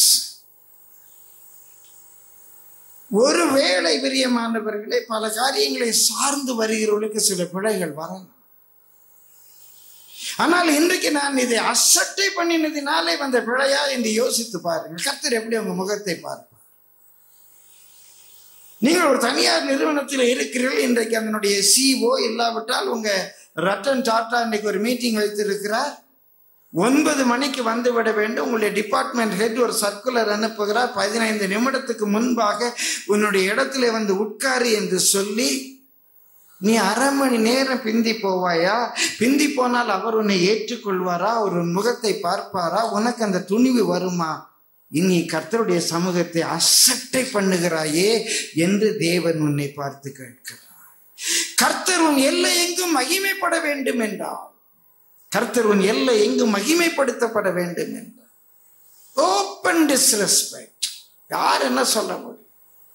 யார் என்ன கேட்க முடியும்? சில வீட்டிலே கணவன்மார் இருப்பார்கள், ரட்சிக்கப்பட்டிருக்க மாட்டார்கள். அவர்களுக்கு செய்ய வேண்டிய சவரட்சணைகளை செய்து விட்டு ஓடி வர வேண்டும். இன்றைக்கு நம்முடைய சபையிலே ஊழியங்களில் அதிக உதவியா இருக்கிற ஒரு சகோதரி ஒரு காலத்தினுடைய கணவன் ரட்சிக்கப்படுவதற்கு முன்பாக பிந்தி வருகிறதல்ல, நம்ம லவ் ஃபீஸ்ட் எல்லாம் முடித்து என்னுடைய கார் வெளியே போகும்போது தெருமுனையில பார்த்து பல நாட்கள், ஐயா இப்பதாயா டைம் கிடைச்சது, நான் உள்ள போய் ஜோம் பண்ணிட்டு போயிடுறேன் என்று சொல்லுவார். பிரியமானவர்களை, கர்த்தரை அவர்கள் கனப்படுத்தினார்கள். சபையிலே தேவன் எல்லாருக்கும் முன்பாக அந்த சகோதரியை கனப்படுத்தினார். பிந்தி வருகிறேனா முந்தி வருகிறேனா என்பதல்ல, கர்த்தரை நான் அசட்டை பண்ணுகிறேனா, இல்லாவிட்டால் கர்த்தரை குறித்த பயம் எனக்கு இருக்கிறது. கர்த்தரை சட்டை பண்ணுகிறேனா, பொருட்டா நினைக்கிறேன். நான் அப்படி நினைக்கிறதுனால பயத்தோடு பேசுங்க. கர்த்தருடைய பரிசுத்த நாமத்துக்கு மகிமை உண்டாகும். இதை உன் எஜமானுக்கு செலுத்து, அவன் உன் பேரில் பிரியமாய் இருப்பானோ என்று இதனாலே நீ சோதித்துப் பார் என்று சேனைகளின் கர்த்தர் சொல்லுகிறார். மீண்டுமாக 7ஆம் வசனம் வாசியுங்க. என் பீடத்தின் மேல் அசுத்தமான அப்பத்தை படைக்கிறதினாலேயே ஆனாலும் உம்மை எதினாலே அசுத்தப்படுத்தினோம் என்கிறீர்கள். கர்த்தருடைய பந்தி எண்ணமற்று போயிற்று என்று நீங்கள் சொல்லுகிறதினாலேயே. கர்த்தருடைய பந்தி எண்ணமற்று போயிற்று. கர்த்தருடைய காரியங்கள் எண்ணமற்று போயிற்று. அதுல என்ன இருக்கு? அத ஒரு பொருட்டாக நினைக்கிறது போயிற்று. அதனுடைய மீனிங் போயிற்று. பலியிடணும், கால் ஊனமானதை கொண்டு வந்தா என்ன? பலியிடணும், கண்ணு ஊனமானதை கொண்டு வந்தா என்ன? இதுல என்ன இருக்குது? பிரியமானவர்களே 8ஆம் வசனம் வாசியுங்க. நீங்கள் கண் ஊனமானதை பலியிட கொண்டு வந்தாலும் அது பொல்லாப்பல்ல. அதுல என்ன இருக்கு? நான் பாஸ்டர் பெருசா ஃபர்ஸ்ட் பண்றேன். நான் ஃபர்ஸ்ட் பண்ணவே இல்லை. உங்களுக்கும் ஆச்சு, கர்த்தருக்கும் ஆச்சு. ஆனால் வேதனையோடு சொல்லுகிறேன், இன்னும் உங்களை சாபம் தொடர்வதற்கு காரணம், உங்களிலே கர்த்தர் மகிமைப்படாததற்கு காரணம், கர்த்தரை கனப்படுத்த வேண்டிய விதமாய் கனப்படுத்தவில்லை. கர்த்தருக்கு பயந்து தீமையை விட்டு உங்களாலே விலக முடியவில்லை. பிரியமானவர்களே, கர்த்தரை அசட்டை பண்ணுகிறீர்கள். எதனால அசட்டை பண்ணாங்க? அசட்டை பண்ண எதனால அசட்டை பண்ணீங்க? Open disrespect, open disobedience. அதற்காக முயற்சி பண்றதில்லை. பிரியமானவர்களை, கர்த்தருடைய பரிசுத்த நாமத்துக்கு மகிமை உண்டாகும். கர்த்தருடைய காரியங்கள், கர்த்தருடைய காணிக்கைகள், கர்த்தருடைய ஊழியங்கள், பிரசங்கம் எண்ணமற்று போயிற்று. எனக்கு டேலண்ட் இருக்கு, மியூசிக் வாசிக்கணும். எனக்கு தொண்டை இருக்கு, பாட்டு பாடும். எனக்கு ஒரு வரம் இருக்கு, நான் செய்யறேன். அந்த சீரியஸ்னஸ் போயிட்டு, அதற்குரிய பரிசுத்தம் போயிடுச்சு. பலிபீடத்தில் ஏறுகிற ஆடு எப்படி இருக்கணும்? கர்த்தருக்கு என்று ஊழியம் செய்கிறது எப்படி இருக்கும்? கர்த்தருடைய காரியத்தில் இறங்குறது எப்படி இருக்கும்? கர்த்தரை தொழுதுகள் எப்படி இருக்கணும்? எண்ணமற்று போயிட்டு அதெல்லாம் ஒரு பொருட்டா? It lost its meaning. பிரியமானவர்களை 14ஆம் வசனத்திலே வாசிக்கிறோம், வாசியுங்கள். தன் மந்தையில் கடா இருக்கையில், தன் மந்தையில் கடா இருக்கையில் கெட்டு போனதை ஆண்டவருக்கு நேர்ந்து கொண்டு பலியிடுகிற கபடஸ்தன் சபிக்கப்பட்டவன். தன் மந்தையில கடா இருக்கு, வீட்டுல ஒரு கடா இருக்கு, நல்ல மெயிலாடு இருக்கு, அது பெஸ்ட். அத வீட்டுல வச்சுட்டு ஏதோ ஒன்ன கொண்டு வந்து கர்த்தருக்கு என்று பலியிடுகிறானே, அவனை வேதம் சொல்லுகிறது கபடஸ்தன், அவன் சபிக்கப்பட்டவன் என்று. அதனுடைய பொருள், when you don't want to give your best to the Lord, கர்த்தருக்கென்று நேர்த்தியானதை கொடுக்கவில்லை. நேர்த்தியானது வீட்டுல இருக்கு, நேர்த்தியானது வீட்டுல இருக்கு. ஏதோ ஒரு உடஞ்சு போனது, வேண்டாதது, எனக்கு வேண்டாம், கடவுளை கொடுத்து. இது கண் ஊன விற்க முடியாது, கடவுள்கிட்ட விட்டுரும். வேடிக்கையா சொல்லுவார். மூத்த பையன் என்ன பண்றாரு? நல்லா படிப்பாங்க, அவன் டாக்டர் ஆயிட்டான். 2வது பையன் சின்ன வயசுலயே பிரில்லியன்ட் பாய், இன்ஜினியர் ஆயிட்டான். 3வது பையன் என்ன பண்றான்? 3வது பையன் நல்லா பிசினஸ்ல சக்சஸா இருக்கு. 4வது பையன் அவன் எதுலையுமே ஒரு உருப்படி கிடையாது, அவனை ஊழியத்துல விட்டுலான் இருக்கு. இதனால தான் இன்னைக்கு ஊழியம் இப்படி போயிட்டு இருக்கு.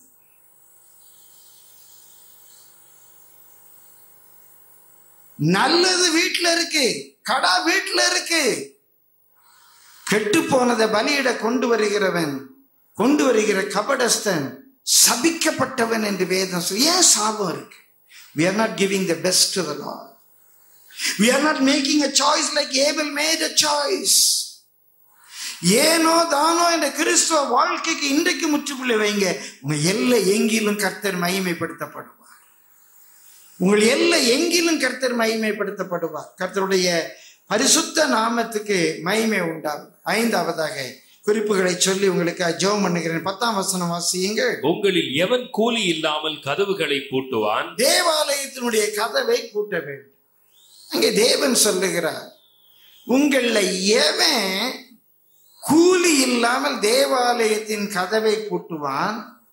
என் பலிபீடத்தின் மேல் அக்கினியை கூலி இல்லாமல் கொளுத்தவும் மாட்டீர்கள். பிரியமானவர்களே, நெருப்பை கிண்டி விடணும், பலிபீடத்துல சாம்பலை எடுக்கணும், விறகு போடணும், அந்த நெருப்பை எரிய வைக்கணும். அங்கே கேட்கிறார், உங்களில் எவன் கூலி இல்லாமல் அந்த வேலையை செய்வான்? அன்றைக்கு பிரியமானவர்களே, மல்கியாவுடைய நாட்களிலே அப்படி ஒரு சாப நிலை காணப்பட்டு, கர்த்தருடைய பணி எது செய்தாலும் அதனாலே தனக்கு என்ன லாபம் என்று பார்க்கிற ஒரு மனநிலை இருந்தது. தனக்கு கூலி கிடைக்காவிட்டால் தேவாலயத்தினுடைய வாசலை கூட பூட்ட மாட்டான். அது ஒரு சாபம். பிரியமான இந்த நம்முடைய சபை ஆசீர்வதிக்கப்பட்ட சபை. அநேக இடங்களிலே நான் கர்த்தருக்காக பணி செஞ்சா எனக்கு என்ன கிடைக்கும்? இன்றைக்கு பிரசங்கம் பண்ண போகிறவர்கள் கூட ரேட் வைத்திருக்கிறார். கன்வென்ஷன் கூட்டத்தில் பேசணும்னா இவ்வளவு ரேட், கல்யாண வீட்டில் பேசணும்னா இவ்வளவு ரேட், சர்ச்சில் பேசணும்னா இவ்வளவு ரேட், மியூசிஷியன்ஸ் ரேட் வச்சிருக்கிறாங்க. காசு கொடுத்தாதான் வாசிக்க போவார். அதே போல பாடுகிறவர் எந்த கர்த்தருடைய வேலையை செய்யட்டும், தீர்க்க தரிசனம் சொன்னாலும் கூலி கொடுத்தாதான் தீர்க்க தரிசனம் சொல்லுவார். பிரியமானவர்களே, நிறைய கூலி கொடுத்தா நல்லதா சொல்லுவாங்க, இல்லைன்னா எதையாவது சொல்லி விட்டுருவாங்க. அப்படிப்பட்ட ஒரு கொடுமையான காலத்திலே வாழ்ந்து கொண்டிருக்கிற வருகைக்கான ஒரு அடையாளம். இயேசு சீக்கிரமாய் வரப்போகுது. பிரியமானவர்களே, ஒரு பிரசங்கியாரு தூர இடத்துல பிரசங்கத்துக்கு அழைத்திருந்தார். தன்னுடைய ஜீவனை கொடுத்து பிரசங்கம் பண்ணினார். முடித்து வரும்போது வணக்கம் போட்டு அனுப்பினார். அந்த பிரசங்கியார் வருகிற வழியில யோசித்தார், ஒருவேளை என்னுடைய போக்குவரத்துக்காக அவர்கள் ஒரு காணிக்கை கொடுத்திருக்கலாமே. உடனே அவருடைய சமாதானம் போய்விட்டது. தேவ சமூகத்திலே கதறி அழுது, ஐயோ மன்னித்துள்ளான். ஆண்டவர் கேட்டார், அவன் கொடுத்தான கொடுக்கட்டான், உனக்கு என்ன குறை இருக்கு? உனக்கு என்ன குறை இருக்கு? நான் தான் உன்னை ஊழியத்துக்கு அழைத்தேன். ஆண்டவரே மன்னித்து விடும் என்று கதறினார். இன்றைக்கு பிரியமானவர்கள், உள்நாட்டில் கூப்பிட்டா பெரிய பெரிய ஊழியக்காரர்களுக்கெல்லாம் டேட்டு கிடையாது, டைம் கிடையாது. இல்லை எவ்வளவு நோட்டீஸ் போடுவீங்க, எவ்வளோ வால் போஸ்ட் போடுவீங்க, எத்தனை பேனர் வைப்பீங்க, எவ்வளோ பேர் வருவாங்க, எத்தனை கேள்விகள். ஒரு வருஷம் எனக்கு டேட் இல்லை, அடுத்த வருஷம் பார்க்கலாம். அது ஏழை ஊழியக்காரில் அலைய விட்டு இவங்களும் பைத்தியக்காரர். அவங்க தான் வந்தால் தான் என்னமோ ஆண்டவரே இறங்கி வருவார்னு இவங்களுக்கும் எண்ணம். இதே ரேட் பேசுகிற ஊழியக்காரர் எத்தனையோ பேர் ஃபாரின்ல பிச்சை எடுக்கிறதுக்கு தவம் கிடக்கிறார். ஃபோன் பண்ணி கேட்குறாங்க, நான் வரலான் இருக்கேன், டேட் இருக்குதா? இந்த வாரம் குவைத்துக்கு வந்திருக்கிறேன், அப்படியே உங்க சபையை பார்த்துட்டு போகலான்னு இருக்கிறேன். ஏன் அந்த சபையை போய் பார்க்கணும்? இங்க இருக்கிற சபைகளை பார்க்க தோணுது. சவுதிக்கு போகும்போது கேட்க முடியுமா எத்தனை பேர் வருவார்கள், எத்தனை போஸ்டர் அடிப்பீர்கள், எத்தனை பேனர் வைப்பீர்கள் என்று? என்ன, இங்க காந்தி தாத்தா நோட்டு, அங்க பச்சை நோட்டு, அவ்வளவுதான் வித்தியாசம். கர்த்தர் நம்மிலே மகிமைப்படுத்தப்பட வேண்டுமானால், நான் பாரத்தோடு சொல்கிறேன், தனிப்பட்ட முறையில் எவரையும் குறை சொல்ல வேண்டும் என்றல்ல, நானும் ஊழியம் செய்கிறேன், நானும் காணிக்கை வாங்குகிறேன்.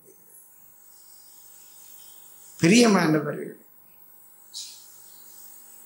ஐயோ இன்னார் இறந்து விட்டார்களே என்று புலம்பி அழுகிறவர்கள் உண்டு. கூலிக்காக மாரடித்து புலம்புகிறவர்களும் உண்டு. ஆத்ம பாரத்தினாலே நெருக்கப்பட்டு வசனத்தை பேசுகிறவர்களும் உண்டு.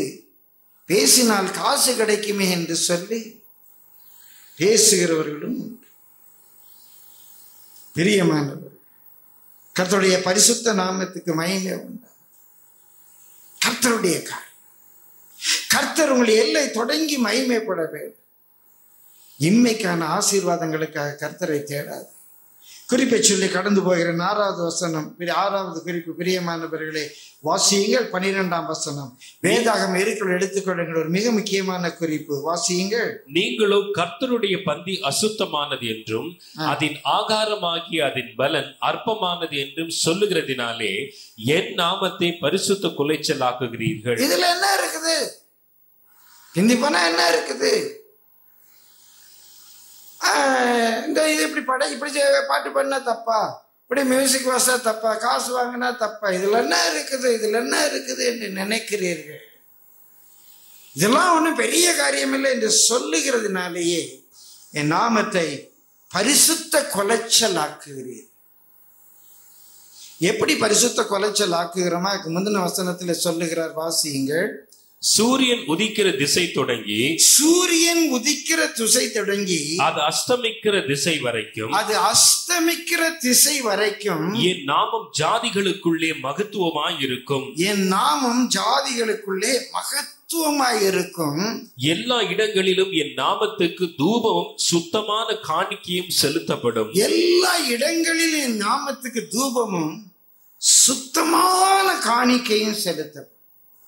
பிரியமானவர், இந்த தெய்வத்தை அறியாத ஜாதி எவ்வளவு பயத்தோடு பக்தியோடு அந்த தெய்வத்தை வணங்குகிறார். அந்த தெய்வ தரிசனத்துக்காக காத்திருக்கிறார். இப்படி ஜனங்கள் தேவனை மகிமைப்படுத்துகிறார், நமஸ்கரிக்கிறார், தொழுது கொள்ளுகிறார். என் ஜனமோ அதுல என்ன இருக்கு என்று சொல்லுகிறதுனாலே என் நாமத்தை பரிசுத்த கொலைச்சல் ஆக்கு. அதற்குரிய கனத்தை கொடுக்க பிரியமானவர்களே, தன் தெய்வத்தை தரிசிக்கணும்னு சொல்லிட்டு நைட்லயே போய் படுத்திருக்க, கால் கடுக்க கியூல நிக்கிறோம். போங்க போங்க, ஜாவ் ஜாவ் ஜாவ் ஜான்னு அனுப்புறாங்க. ஒரு செகண்ட் அங்க அலங்காரத்தில் இருக்கிற அவனுடைய சுவாமியை தரிசிக்கிறான். அவ்வளோ பெரிய பேரான அந்த சாமியை நான் பார்த்துட்டேன். கடந்த பிறகு எப்படி இருந்தாரோ அப்படியே தான் அந்த சுவாமி இருக்கிறார், மாறல. அதே அலங்காரம் மாறல. ஆனாலும் அந்த சாமியை பார்த்துட்டேனே, எனக்கு அவ்வளோ பெரிய பக்தி. அந்த பக்திமான்களை பாராட்டுகிறேன். கியூ முடிஞ்சு வருது. புருஷன் மனைவியை பார்த்து கேட்கிறேம்மா, சாமி தரிசனம் கிடைச்சதா? பாத்தியா? நன்னா பார்த்தேங்க. போன்னா சொன்னா, முன்னால இருக்கிற கொஞ்சம் டிலே பண்ணாரு. சாமியை நல்லா பார்த்தேங்க. உங்களுக்கு கிடைச்சதா? ஆமா, நானும் சாமியை நல்லா பார்த்தேங்கிறேன். அடப்பாவுமே, நீங்க இருந்து வீட்டுக்கு போகும்போது பேசுறியா சுவாமியை நல்லா பார்த்தேன் இன்னைக்குன்னு? இன்னைக்கு ஆண்டவர்னு ஆசீர்வதிச்சாருன்னு பார்க்க போறோமா? பூமி எங்க அவருடைய நாமம் மகிமைப்படுது. என் ஜனமும் அந்த நாமத்தை பரிசுத்த கொலைச்சலாக்குற. பிரியமானவர்களை கண்டிப்பா சொல்லியாக வேண்டும். பல முறை சொல்லி இருக்கு. அருண் சௌரி முன்னாள் பிஜேபி அரசிலே அமைச்சராக இருந்தவர், RSS இயக்கத்திலே முன்னணியில் இருப்பவர், இந்தியன் எக்ஸ்பிரஸ் ஆங்கில நாளேட்டினுடைய தலைமை ஆசிரியராக இருந்தவர், மிகப்பெரிய அறிவுஜி. அவருடைய நூல்கள், எழுத்துக்கள் எனக்கு ரொம்ப பிடிக்கும். அவர் ஒரு புத்தகத்திலே எழுதுகிறார், பிரியமானவர்களே, ஒரு தேவாலயத்திலே, சபையிலே அந்த ஃபாதர், அந்த பிரீஸ்ட், அந்த பாஸ்டர் ஆராதனை நடத்தி கொண்டிருக்கிறார். பாடல்களை பாடிக்கொண்டு தேவனை துதித்துக் கொண்டிருக்கிறார். ஒரு பூஜை நடக்கிறது, ஒரு பஜனை நடக்கிறது. அந்த பூஜை நடக்கும்போது வெளியே நின்று அதை பொருட்படுத்தாமல் அதை எண்ணமற்று போய் வெளியே நின்று ஒரு வாலிபன் பேசிக் கொண்டிருக்கிறார். இன்னொரு வாலிபன் கல்லிலே கடவுளை பார்க்கிறான். கல்லிலே கடவுளை பார்த்து நடுத்தெருவிலே சாஷ்டாங்கமாக விழுந்து கல்லிலே இருக்கிற தெய்வத்தை, கல்லிலே தெய்வத்தை பார்த்து கும்பிடுகிறான். சபையிலே பூஜை நடக்கும்போது, பஜனை நடக்கும்போது, உபன்யாசம் நடக்கும்போது, பிரசங்கம் நடக்கும்போது வெளியே நின்று ஒருவன் பேசிக் கொண்டிருக்கிறான். அவன் மரித்து போனால் அந்த பாஸ்டர் சொல்லுகிறார், இதோ அவன் தேவனுடைய சமூகத்துக்கு எடுத்துக்கொள்ளப்பட்டான். ஏன் என்றால் அவன் ஞான ஸ்நானம் பெற்றான். கல்லிலே கடவுளை கண்டு தரையிலே விழுந்து அந்த கடவுளை கும்பிடுகிறான். அவன் மரித்து போனால் அவன் நரகத்துக்கு போகிறான். ஏனென்றால் அவன் ஞானஸ்நானம் எடுக்கவில்லை என்று சொல்லுகிறார்கள். இந்த மதம் எனக்கு தேவையில்லை என்று சொல்லுகிறார். இவருக்கு நாம் என்ன பதில் சொல்ல போகிறோம்? பிரியமானவர்களே, கர்த்தருடைய ஆராதனை எண்ணமற்று போயிற்று. கர்த்தருடைய பஜனை எண்ணமற்று போயிற்று. கர்த்தருடைய பூசை எண்ணமற்று போயிற்று. கர்த்தருடைய வார்த்தையின் உபன்யாசம் எண்ணமற்று போயிற்று. ஏதோ பேசுறாங்க, வந்தோமா, காணிக்க போட்டோமா, ஜாலியா இருந்தோமா, ஃப்ரெண்ட்ஸை பார்த்தோமா, சிரிச்சோமா, பேசணுமா, வெளியே நின்று கமெண்ட் அடிச்சுட்டு இருந்தோமா, வீடு போனோமா. பிரியமான, இதனாலே நாமத்தை பரிசுத்த குலைச்சலாக்குகிறேன். இதனாலே நாமத்தை பரிசுத்த குலைச்சலாக்குகிறேன். ஆங்கிலத்தில் சிறு பிள்ளைகளுக்கான ஒரு ரைம் உண்டு. Pussycat, pussycat, where have you? I've been to London to look at the Queen. What did you do there? I frightened a little mouse under the chair. பூனைக்குட்டி, பூனைக்குட்டி, எங்க போனேன்? லண்டனுக்கு போனேன். எதுக்காக போனேன்? மகாராணி கொலு மண்டபத்தில் வீட்டு இருக்கிறத பார்க்க போனேன். அங்க போய் என்ன பண்ணேன்? அங்க சிம்மாசனத்துக்கு அடியில, நாற்காலிக்கு அடியில ஒரு எலி இருந்துச்சு, அதை விரட்டிட்டு வந்தேன். இன்னைக்கு அநேக பூனைக்குட்டிகள் எதற்காக கோயிலுக்கு வருகிறார்கள்? மகாராஜாவை, சிம்மாசனத்தில் வீற்றிருக்கிறவரை பார்க்க வேண்டும் என்று எடுத்து உடுத்தி வருகிறார்கள். வந்து என்ன செய்யறாங்க? சுபாவம், பிறவி குணம், எலியை விரட்டிட்டு போயிடுறாங்க. Pussycat, pussycat, where have you? I've been to London to look at the Queen. What did you do there? I frightened a little mouse under the chair. வேதனை, உண்மை. பிரியமானவர்களை, சுபாவம் மாறல. உலகம் எங்கும் சூரியன் உதிக்கிற ஒரு திசையிலிருந்து மறுமனை மட்டுமாய் தேவனை கும்பிடுள்ள, இறைவனை கும்பிடுள்ள போய் பாருங்க. கர்த்தருடைய நாமத்தை அசட்டை பண்ணுகிறவர்கள், கர்த்தருடைய காரியங்கள் எண்ணமற்று போயிற்று என்று சொல்லுகிறவர்களே, இதெல்லாம் என்ன தப்பு இருக்கு என்று நினைக்கிறவர்களே, இறைவனுடைய நாமத்தை மகிமைப்படுத்துகிற இடங்களை போய் பாருங்க. எவ்வளவு பயம். ராமேஸ்வரம் வந்துட்டேன், 22 தீர்த்தத்திலையும் தண்ணி தெளிச்சுட்டாங்க. ஹோட்டல்ல இருக்க ஒருத்தர் பேசுறாரு, 22 தீர்த்தம் போனாலும் வரப்போதாது, நமக்கு புண்ணியம் கிட்டணுமானா அக்னி தீர்த்தத்துல போய் மூழ்கிட்டு வரணும். யோசிக்கிறானே. பிரியமானவள், அவன் நமக்கு விரோதமாய் சாட்சி சொல்லும். என்ன பார்த்து சொன்னீங்க, கல்லையும் மண்ணையும் கும்பிட்டீங்கன்னு சொன்னீங்க. சிருஷ்டிகரை மறந்து சிருஷ்டியை கும்பிட்டேன்னு சொன்னீங்க. சிருஷ்டிகரை மறைந்து சிருஷ்டியை கும்பிட்ட நான் எப்படி கும்பிட்டேன்? கல்லையும் மண்ணையும் கும்பிட்ட நான் எப்படி கும்பிட்டேன்? ஒரு சப்பரத்தினுடைய தேரை நான் எப்படி பிடித்து இழுத்தேன்? ஒரு சப்பரம் வரும்போது கையை கட்டி காதை பிடித்து நான் எப்படி தோப்புக்காரன் போட்டது? சீ, நீயும் கும்பிட்டிய ஆண்டவன் வெக்கமா இல்லை என்று கேட்க மாட்டானா? ஜீவனுள்ள தேவன் என்று சொல்லுகிறாய், தேவனை நீ எப்படி கும்பிட்டாய்? நான் செருப்பு போடாம மலையில ஏறினேன், என் தெய்வத்தை கும்பிடு. தெருவில் உருண்டுகிட்டே போனேன், என் தெய்வத்தை கும்பிடு. நீ எப்படி போன உன் தெய்வத்தை கும்பிடு? கடைசியில போனேன், வந்தேன்,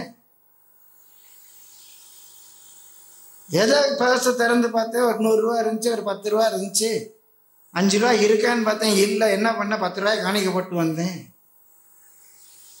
தேவன் உன்னிலை மகிமைப்பட முடியாது. சபைக்கு ஆவியானவர் சொல்லுகிறதை காது உள்ளவன் கேட்கப்படும். என்னுடைய ஒரே ஒரு ஆதாரம், தேவன் நம்மிலே மகிமைப்பட வேண்டும். நம் எல்லாம் எங்கிலும் இந்த ஜீவனுள்ள தேவன் மகிமைப்பட வேண்டும். ஜீவன்ல தேவனை எப்படி ஆராதிக்கிறார்கள்? வேதம் சொல்லி கர்த்தருக்கு பயப்படுகிற விதமாய் ஆசீர்வதிக்கப்படுவார். அவன் பிள்ளைகள் ஒலிவ மர கன்றுகளை போல அவனை சுற்றி இருப்பார். அவனுடைய மனைவி வீட்டோரங்களிலே கனி தரும் திராட்சை கொடியாயிருப்பார். ஏன் அவன் வீடு ஆசீர்வதிக்கப்படும்? மனைவி பிள்ளைகள் ஏன் ஆசீர்வதிக்கப்படும்? பிரியமானவர்கள், ஒரு குறிப்பை சொல்லி முடியும். வாசியுங்கள் 13ஆம் வசனம்.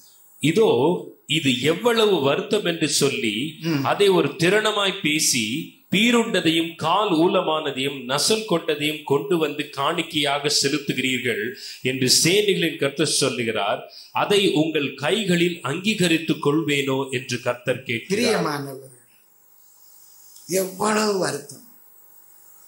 ஆங்கிலத்தில் எவ்வளவு வியரி, troublesome. சில நல்ல புதிய தமிழ் மொழிபெயர்ப்பு. எவ்வளவு தொல்லை! ஞாயிற்றுக்கிழமை கோயிலுக்கு போகணும், இன்னைக்கு அந்த பிரசங்கம் கேட்கணும்.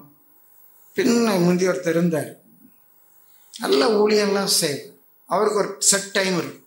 இப்போ 11 மணிக்கு முடிக்கணும், 11:05 ஆச்சுன்னா அவர் மாத்திரம் இல்லை, பக்கம் என்ன இன்னும் பாஸ்டர் முடிக்கல, என்ன பாஸ்டர் இழுத்துக்கிட்டே போற. ஒரு ரெஸ்ட்லெஸ். கர்த்தருடைய சமூகத்தில் இருக்கிறது வருத்தம், பிரசங்கம் கேட்கறது வருத்தம்.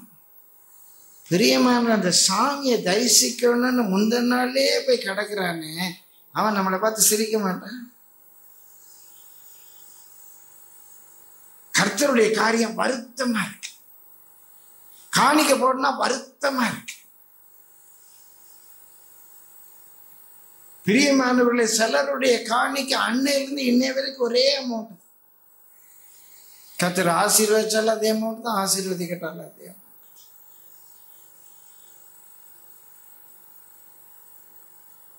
1000 ரூபாய் கிடைக்கும், 100 ரூபாய் ஈஸியா போட்டாங்க. 10,000 கிடைக்கும் போது 1000 ரூபாய் போட்டாங்க. 1 லட்சம் கிடைக்கி 10,000 கொண்டு கொடுக்கணுமா? வருத்தமா இருக்கு, வருத்தமா இருக்கு, தொல்லையா இருக்கு. ஆண்டவர் சொல்றதான் சொல்ற. கர்த்தருடைய காரியம், கர்த்தருக்கு பணி செய்கிறது,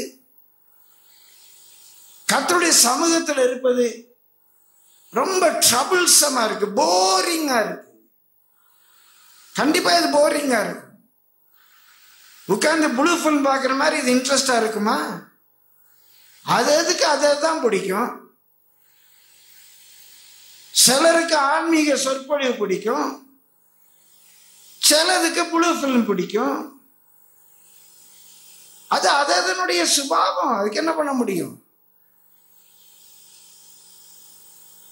இங்கே சொல்லுகிறார், கர்த்தருடைய காரியம் அவர்களுக்கு வருத்தமா இருக்கு, தொல்லையா இருக்கு. நீ கொடுக்கிற காணிக்கை நான் வாங்குவேனா, அதை ரெஸ்பெக்ட் பண்ணுவேனான்னு கர்த்தர் கேட்கிறார். பிரியமானவர்களே, கர்த்தருடைய பரிசுத்த நாமத்துக்கு மகிமை உண்டாவதாக. உங்களை குற்றப்படுத்தும்படியாக அல்ல, உங்கள் எல்லை எங்கிலும் கர்த்தருடைய நாமம் மகிமைப்படும்படியாக, கர்த்தரை நீங்கள் மகிமைப்படுத்தும்படியாக. அவர் மகாராஜா, மகத்துவமான ராஜா. அவருடைய நாமம் பயங்கரமான, அந்த பயங்கரமான தெய்வத்தை நம்ம ஆராதிக்க, நம்மால் அவருடைய நாமம் பரிசுத்த கொலைச்சல் ஆகக்கூடாது. அவருடைய நாமத்தை நம்ம அசட்டை பண்ணி நம்ம ஆசீர்வதிக்கப்பட முடியாது. அவரை கனம் பண்ணுங்க, அவர் உங்களை கனம் பண்ணுவார். அவருக்கு பயப்படுகிற பயம்தான் ஞானம். அவருக்கு பயப்படுங்க. அவருக்கு பயப்படாம யாருக்கு பயப்படுங்க? மனுஷருக்கு பயப்படுகிற பயம் கண்ணியை வருவிக்கும். கர்த்தர் என்றால் ஒரு அன்பின் பயம், ஒரு மரியாதை, ஒரு கனம். அவர் அசட்டை பண்ணாது. அவருடைய காரியங்கள் உங்களுடைய வாழ்க்கையில எண்ணமற்று போகக்கூடாது. ஒரு மைண்ட்ஃபுல், அது மனசுல இல்ல. உபவாச ஜெபமா நான் மறந்துட்டேன். இன்னைக்கு திருவிருந்து கொடுக்கிறவங்களுக்கு எல்லாம் ஒரு ஜெபம். ஆமா, நீங்க சொன்னீங்கல்ல, எண்ணமற்று போயிற்று, எண்ணமற்று போயிற்று.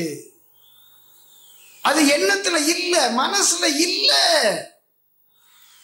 மனசுல இல்ல. கௌரவமா ஒருவேளை காணிக்க எடுக்கிறது, திருவிருந்து பரிமாறுறது, இல்ல சபையில நின்று பாட்டு பாடுறது, ஒரு பெரிய பதவி, ஒரு அந்தஸ்து. ஆனால் நான் கண் ஊனமானவனா, கால் ஊனமானவனா, நசல் கொண்டவனா, மிருகத்தாலே பீருண்டவனா, எல்லாவற்றுக்கும் ஆவிக்குரிய விளக்கம் இருக்கிறது. சொல்ல நேரம் இல்லை. எப்படிப்பட்ட பலி என்னுடைய பலி, என்னுடைய ஊழியம் எப்படிப்பட்ட ஊழியம். பிரியமானவர்களே, கர்த்தருடைய பரிசுத்த நாமத்துக்கு மகிமை உண்டாகும். இரவு சற்று 12 மணிக்கு முன்பாக படுக்க போனேன். படுத்துட்டு ஜெபம் பண்ற, ஆண்டவரே எப்படி பேசணும், என்ன பேசணும், எப்படி ஆரம்பிக்கணும், எந்த வசனத்தை கொண்டு தூங்கி இருப்பேனா என்று தெரியவில்லை. 1 மணிக்கு எழுப்பி ஜெபித்தேன், 2 மணிக்கு ஜெபித்தேன். பெருமைக்காக சொல்ல, ஐயா பயத்தோடு இருக்கு. இந்த கர்த்தர் உங்களோடு கூட பேசி, உங்க எல்லை எங்கிலும் கர்த்தர் மகிமைப்பட வேண்டும், கர்த்தருடைய மகத்துவம் விளங்க வேண்டும். பிரியமானவர்களே, கர்த்தருடைய பரிசுத்த நாமத்துக்கு மகிமை உண்டாகும். இன்றைக்கு உங்களை சோதித்து பாருங்க. ஒரே ஒரு வசனத்தை வாசித்து முடித்து விடுகிறேன். 9ஆம் வசனம் என்று நினைக்கிறேன். வாசியுங்கள். இப்போதும் தேவனுடைய சமூகத்தை நோக்கி கெஞ்சுங்கள். இப்போது போனது போகட்டும். இப்போதும் கர்த்தருடைய சமூகத்தை நோக்கி கெஞ்சுங்கள். அப்பொழுது நம்மேல் இறங்குவார். இது உங்களாலே வந்த காரியம். அவர் உங்களை அங்கீகரிப்பாரோ என்று சேனைகளின் கர்த்தர் கேட்கிறார். அவர் உங்களை அங்கீகரிப்பார். ஆண்டவரே, அங்கீகரிக்க மாட்டீர். என் வாழ்க்கை, என் குடும்ப வாழ்க்கை ஆண்டவரே ஒரு சாபமாக போயிடக்கூடாது. உமக்கு பிரியமில்லாத ஒரு வாழ்க்கையாக போயிடக்கூடாது. இப்போதாகிற என்னை அங்கீகரிக்க மாட்டீர். இருக்கிற இடங்களில் எளிமை நெருங்க. ஆவியானவர் உங்களோடு கூட பேசி இருக்கிறார். நான் ஆயத்தப்படுத்தும் போது என்னோடு கூட பேசினேன். ஆண்டவரே, பிரசங்கிக்கிற நான் தானே ஆகாதவனாய் போகாதபடிக்கு என்னை தாழ்த்தி ஒப்பு கொடுக்கிறேன் என்று பயத்தோடு செபித்தேன். உங்களோடு பேசின தேவன் என்னோடு கூட பேசி அவரை அசட்டை பண்ணினீர்களா? கர்த்தருடைய ஆவியானவர் உங்களிடத்திலே கேட்கிறார். எல்லாரும் கர்த்தருடைய முகத்தை நோக்கி பாருங்க. கர்த்தருடைய சத்தம் உங்கள் செவிகளில் தொனிக்கட்டும். பிரியமானவர்களே, உங்களை குற்றப்படுத்தும்படியாக அல்ல. ஒருவேளை நான் சொன்ன உண்மை ஒரு சிலரை சற்று வேதனைப்படுத்தி இருக்கலாம். உங்களுடைய வேதனை உங்களுடைய ரட்சிப்புக்கு ஏதுவாக மாறுமானால் நான் சந்தோஷப்படுவேன். நீங்கள் வேதனையோடு போவதனாலே எனக்கு நன்மை கிடையாது. இன்றைக்கு உங்களுடைய வாழ்க்கையை மாற்று. இன்றைக்கு அவரை நோக்கி கெஞ்சுங்க. ஆண்டவரே, என்னை அங்கீகரியும்பா, என் குடும்பத்தை அங்கீகரியும், என் காணிக்கை, என் பலி, என் ஊழியத்தை அங்கீகரியும். ஏதோ ஒரு நாள் நான் உம்மாலே அங்கீகரிக்கப்படாதவனாய் போய்விடக்கூடாது. சத்தத்தை உயர்த்தி செபிக்கக்கூடியவர்கள் செவி, பரத்துக்கு நேராக உங்களுடைய கரங்களை உயர்த்தி கெஞ்சக்கூடியவர்கள் கெஞ்சி. உங்க ஊழியர் கர்த்தருடைய சமூகத்தில் அங்கீகரிக்கப்பட்டிருக்க. உங்க எல்லை எங்கிலும், உங்கள் எல்லை தொடங்கி கர்த்தர் மகிமைப்படணும். ஹல்லேலூயா, ஹல்லேலூயா, ஹல்லேலூயா. போனது போகட்டும். கர்த்தருக்கு பயப்படுகிற பயம் இல்லாமல் இருந்திருக்கலாம். கர்த்தரை கனப்படுத்த தவறி இருக்கலாம். ஏனோ தானோ என்று சட்டை பண்ணாம கர்த்தருடைய காரியத்தை செய்திருக்கலாம். அசுத்தத்தை விரும்பி இருக்கலாம். கர்த்தருக்கு பிரியமில்லாத காரியங்களை விரும்பி இருக்கலாம். இன்றைக்கு கர்த்தர் நமக்கு மன்னிக்க தயவுபடுத்திருக்கிறார். கர்த்தர் உங்களை நேசிக்கிறார். ஏசாவை வெறுத்து யாக்கோபை நேசித்த தேவன் உங்களை நேசிக்கிறார். உங்களை புறம்பே தள்ள மாட்டார். உங்களை தூக்கி எறிகிறதற்காக கர்த்தர் பேசல. உங்களை கொத்தி கொதறி போடுவதற்காக கர்த்தர் பேசல. உங்களிலே அவர் மகிமைப்படும்படியாக பேசி இருக்கிறார். உங்களிலே தம்முடைய நாமத்தை மகிமைப்படுத்தும்படியாக பேசி இருக்கிறார். உங்கள் எல்லை எங்கும் கர்த்தருடைய ஆசீர்வாதம் இறங்கும்படியாக பேசி இருக்கிறார். நன்றி ஆண்டவரே, நன்றி ஆண்டவரே, நன்றி ஆண்டவரே, நன்றி. நான் ஜெபம்